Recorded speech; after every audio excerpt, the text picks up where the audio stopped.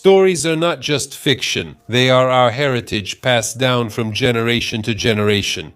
But the older the tale, the more it resembles a shattered mosaic. Legends disappear when the storyteller decides they're no longer worth passing on. Languages die, erasing knowledge. Catastrophes bury cities, leaving only hints that life once existed here.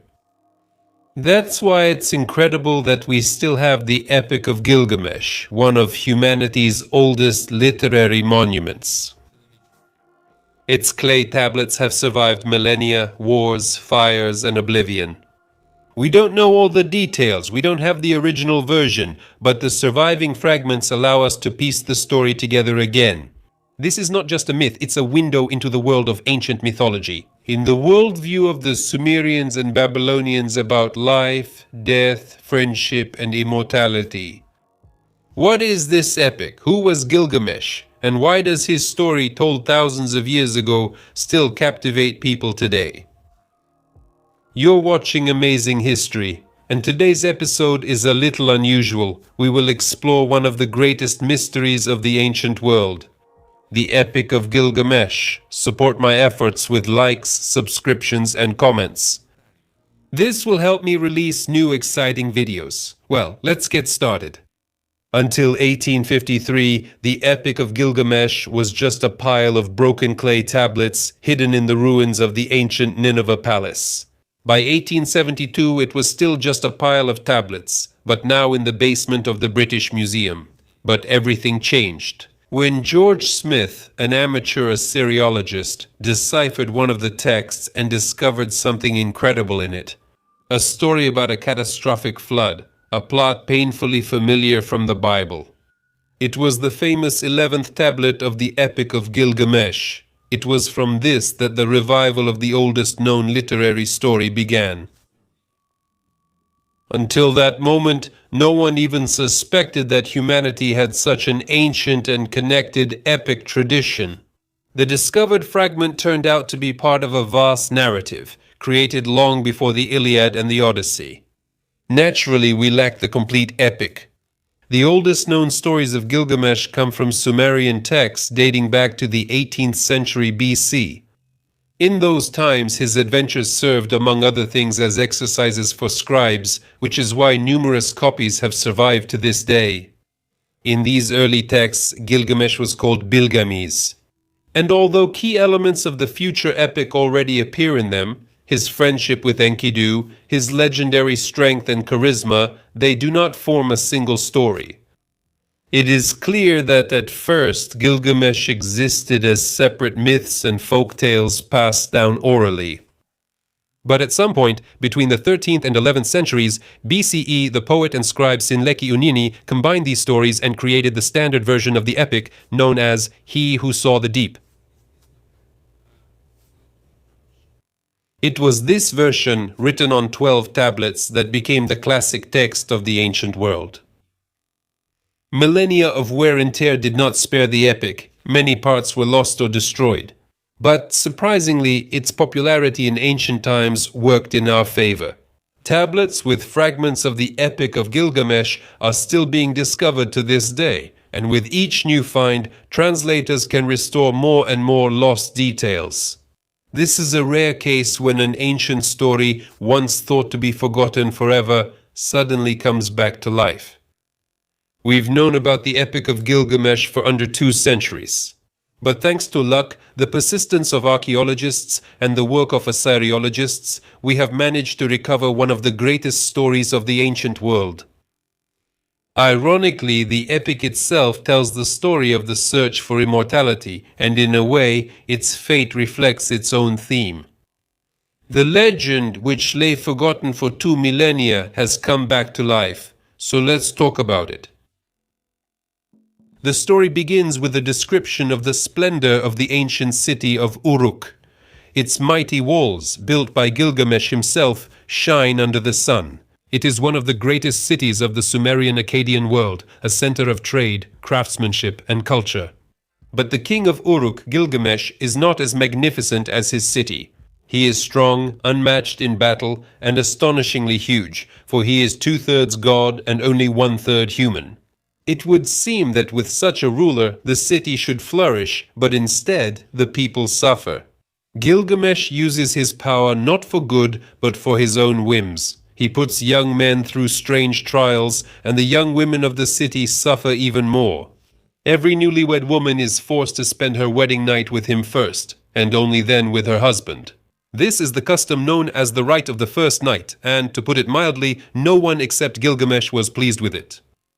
Finally, the women of Uruk ran out of patience, and they called upon the gods. The Council of the Gods gathers to decide what to do about this lawlessness. But they can't punish Gilgamesh directly. After all, he's kind of their relative. Instead, they come to a different decision. If they can't stop him, at least they can balance him out. Gilgamesh needs a worthy opponent.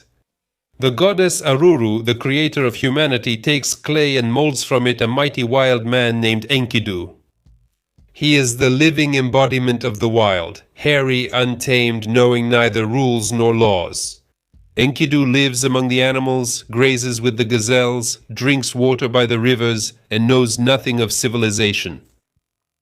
And so, the world has gained one more destructive demigod. The gods, of course, have outdone themselves. However, the appearance of Enkidu quickly becomes a problem. Not only does he prevent the local hunters from catching their prey, but he also breaks their traps, freeing the animals. This couldn't go on any longer, and the people decide to take action. But how do you tame a wild man who doesn't understand words? They seek help from a woman who knows how to tame men, the famous harlot, the temple priestess of love, Shamhat. She goes to Enkidu and uses her professional magic. They spend 7 days and nights together, and by the end of this time, Enkidu becomes a different man. He loses his connection with the wild. The animals no longer accept him as one of their own, but in return, he gains speech, manners, and knowledge about the world of humans. And apparently the endurance worthy of an epic hero. Shamkat tells him about the great Uruk and its ruler, Gilgamesh. He talks about his strength, his power, and how he oppresses the people. Hearing this, Enkidu becomes furious. He decides to go to the city and fight Gilgamesh to put an end to his cruelty. When Enkidu arrives in Uruk, his arrival causes a real sensation. People have never seen such a powerful and wild man. And Gilgamesh? He goes to another wedding ceremony, to once again exercise his right. But this time Enkidu blocks his way. They engage in a fight. The details of the battle are lost due to damage to the tablets, but one thing is clear. It was a great fight. In the end, instead of destroying each other, they come to respect each other, and even friendship. And so, the two strongest warriors become not enemies but brothers in arms. And what do best friends do as soon as they meet? Of course, they go off to kill monsters. For no particular reason, Gilgamesh suddenly decides that they need to go to the cedar forest and destroy the terrible guardian of those lands, the giant fire-breathing demon Humbaba. On the way, Gilgamesh has disturbing dreams. Symbolic nightmares frighten him again and again. But Enkidu always finds an explanation for why this is actually a good sign. Unfortunately, because of the damaged tablets, we don't know the details of these dreams. But it seems that Enkidu was a first-class specialist in positive thinking. In the end, they reach the cedar forest. They find Humbaba and engage him in battle. The battle with Humbaba doesn't go too smoothly, but fortunately divine intervention comes to their aid. A blessing from the goddess Ninsun herself, Gilgamesh's mother, and the intervention of the god of winds allows the heroes to gain the upper hand. Humbaba is knocked down by a powerful hurricane, and while he writhes helplessly, Gilgamesh delivers the fatal blow. For a moment, Enkidu hesitates. Won't the gods be angered by the fact that we've just killed their sacred monster? Returning to Uruk with the spoils, choice cedar logs, Gilgamesh's first order of business is to wash up after the long journey, but he barely has time to relax, when suddenly the goddess Ishtar herself appears before him.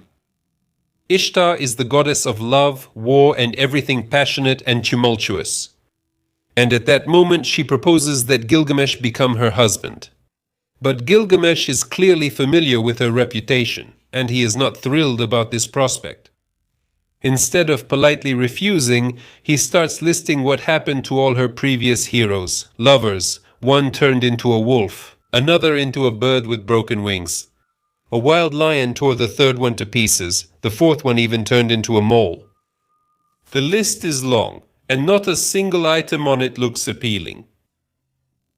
Offended, Ishtar furiously returns to the heavens, and she goes to her parents, the gods Anu and Antu. She demands that they give her the bull of heaven, a terrifying monster, a creature capable of destroying Uruk and Gilgamesh along with it. At first they hesitate, but Ishtar makes another threat. If she is not given the bull, she will destroy the gates of the underworld. She will release the dead, who will consume the living, and even the almighty gods start to think maybe it's easier to just give her the bull, so that's what they do. The bull of heaven descends to earth, and its rage is terrifying.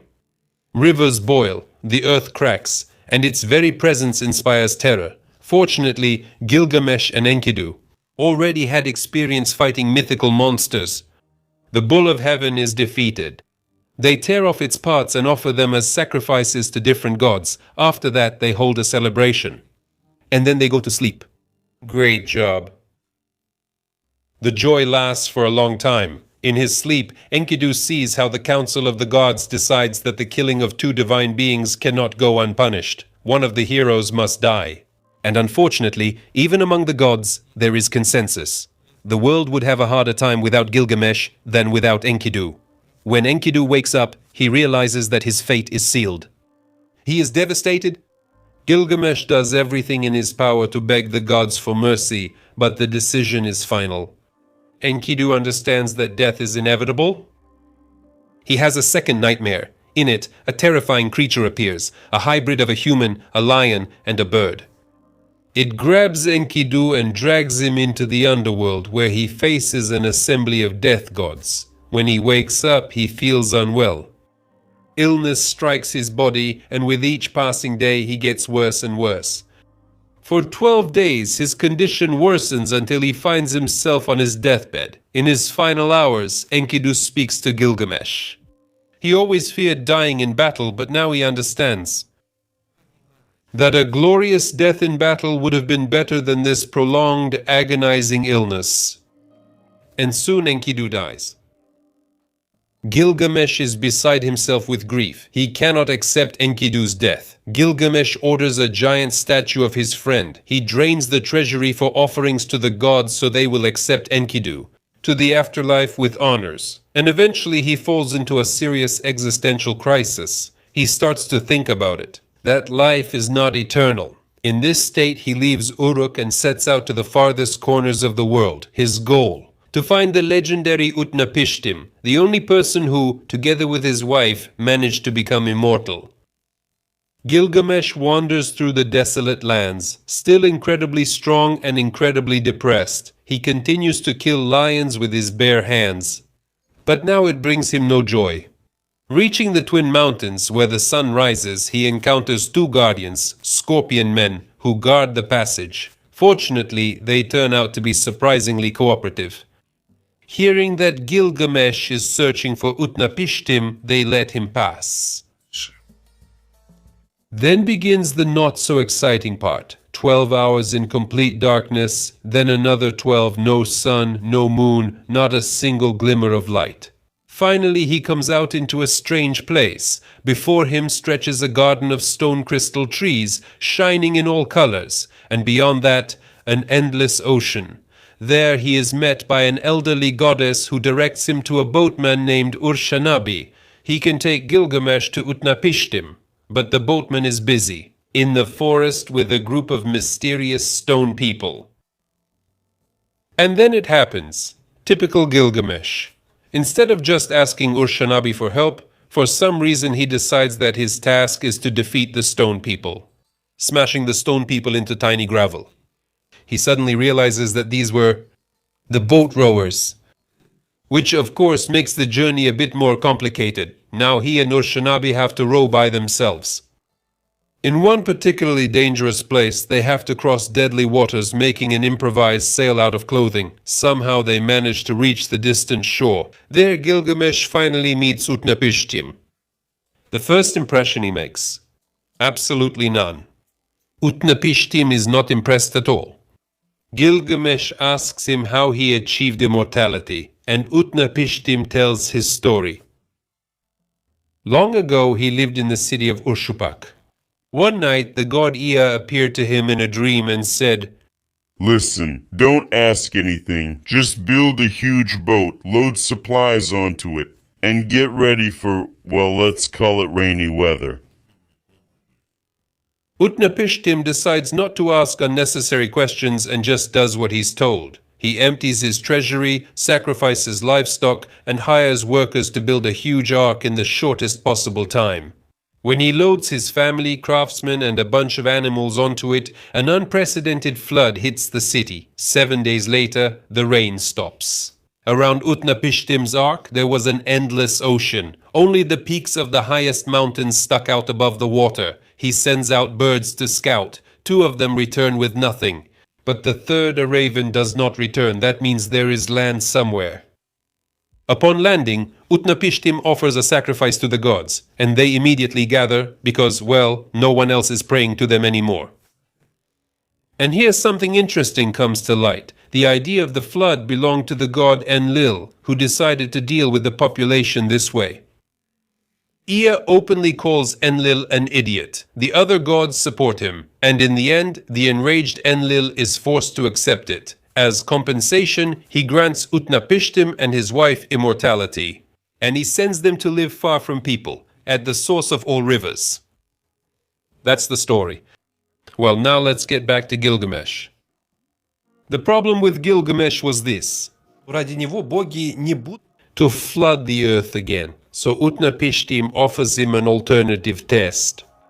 If you want to defeat death, start small. Try not to sleep for 7 nights. Gilgamesh immediately agrees and instantly falls asleep. When they wake him up, he insists that he just dozed off for a moment. But next to him lie 7 loaves of bread, which were baked by Utnapishtim's wife, ranging from fresh to mold-covered. Gilgamesh is depressed. Utnapishtim sees no point in further trials, but he still shows sympathy. He sends Gilgamesh to the bathhouse. And also, Utnapishtim dismisses Urshanabi, apparently just in case he decides to bring another hero obsessed with immortality. Before leaving, Gilgamesh learns about a final chance. At the bottom of the ocean grows a rare plant capable of restoring youth. He immediately dives in and retrieves it. Most likely he wanted to test the effect of this flower on some old man in Uruk and only then eat it himself. But after leaving the flower unattended for a short time, he discovers that a snake has eaten it. What a bummer. The snake sheds its skin, rejuvenates, and crawls away, and Gilgamesh is left empty-handed. The journey home will be long, and now he knows for sure. Immortality is not in store for him. Gilgamesh's pursuit of immortality is officially over. He can't go back to Utnapishtim. He can't get another miraculous plant either. He is defeated. Depressed, he heads back to Uruk. And here the story returns to where it began, with a description of the magnificence of his city, far greater than the life of a single man. There's something incredibly touching about this. We are reading this story almost 5,000 years after its events. If the historical Gilgamesh really ruled Uruk somewhere between 2900 and 2350 BC, then he did achieve immortality after all. Not in the way he wanted, but in the way others gave him. The people of Uruk told his story for centuries until it was written down on tablets. And now we read them. This immortality is not physical, not divine, but it is real. Gilgamesh could not escape death, but by stopping, by accepting it, and returning to his city, he became a king worthy of being remembered. Immortality is memory, legacy, history. To become immortal doesn't mean to defeat death, but to outlive it. Maybe telling a story isn't humanity's greatest achievement, but that's exactly how we pass on immortality. And to do it. A true honor. Thank you for watching. If you liked the video, let us know in the comments, and we will continue this topic with stories about other ancient epics of human history. Goodbye, everyone. See you.